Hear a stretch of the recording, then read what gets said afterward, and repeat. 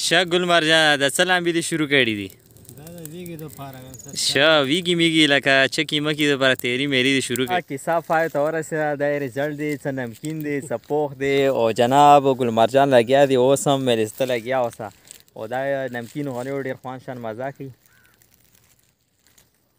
سلامونه نیکې هیلې احترامات ملګرو بدرحمان یم، امیدن چې ټول بې خشاش بشاش یې. نن یو ځل بیا راغلي یو، ګل مرجان هم دی راسره سعودي نه چې ریټن راغلی پاکستان ته. او دا څه دی راخیستي؟ دا ویګي دي. ویګي دي؟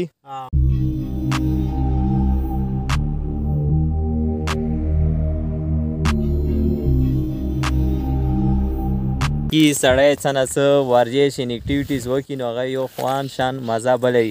او جناب تیره ورسره یو خوندور شان تالاب هم دی، قدرتي په توګه جوړ شوی دی. تاسو ته یاد دی هنګو کې څه وخته برنو الله د خیر کې اوس بیا سټاپ شوي دي. او جناب ګل مرجان لګیا دی، خوري محنت دی کوي. او سکاره مره جوړو که ډایرکټ ورولو؟ بس څنګه د خوښه وي زه خو یې یوه بله فرموله کړو، ته یې ولږه سپینه که.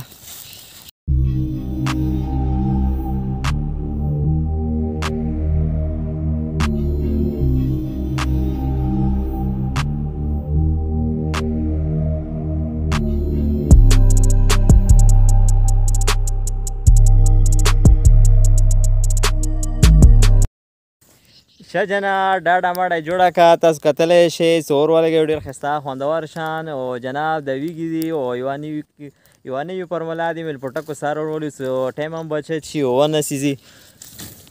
او جناب د پوټکو سره څه ولي که نه دي یو خو لوګیزن هم نه شي، لوګی موګین هم باد شي او نور ټیسټ یې هم برابر وي. میلیونیک فرموله دی، الله د خیر کړي چې رزلټ یې څه راوځي. جناب مونږ سره اوسئ.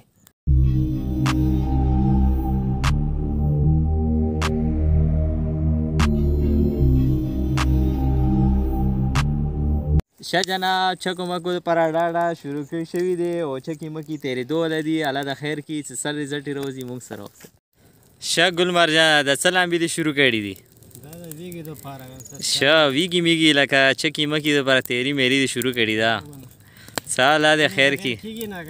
یعنې غره ته رسېږي څه نه څه اکټیویز خوراک مراک جوړول هم پکار دي که څه. ښه جناب ماحول یې ګرم کړی. ګل مرجانه د څه لامبې دې شروع کړي دي؟ څه شی دنه اور وانهلي او که نه داسې نه په بلې لانجې مې واړئ. ښه صحیح سکره جوړ کړه چې خپله پوهې د چکې مکې چې کوم دي ښه صحیح سپیشل څه تیار کړي راته. ښه جناب کیسه پای ته ورسېده، دا یې رزلټ دی، څه نمکین دی، څه پوخ دی. او جناب ګل مرجان لګیا دی، اوس هم میلسته لګیا اوسه. او دا نمکین غوړیو ډېر خوند شان مزه کوي.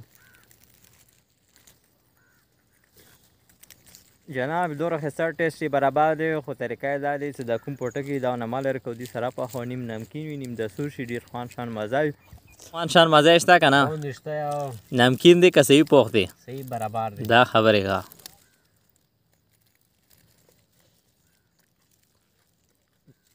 جناب غره ته چې رسئ د ویګي ځان سره ضرور راوړئ او ډېر خوند شان مزه کوي. او سړي لږ اکټیویټیز یعنې څه پرې مصروف وي ډېر خوند شان مزه هم کوي.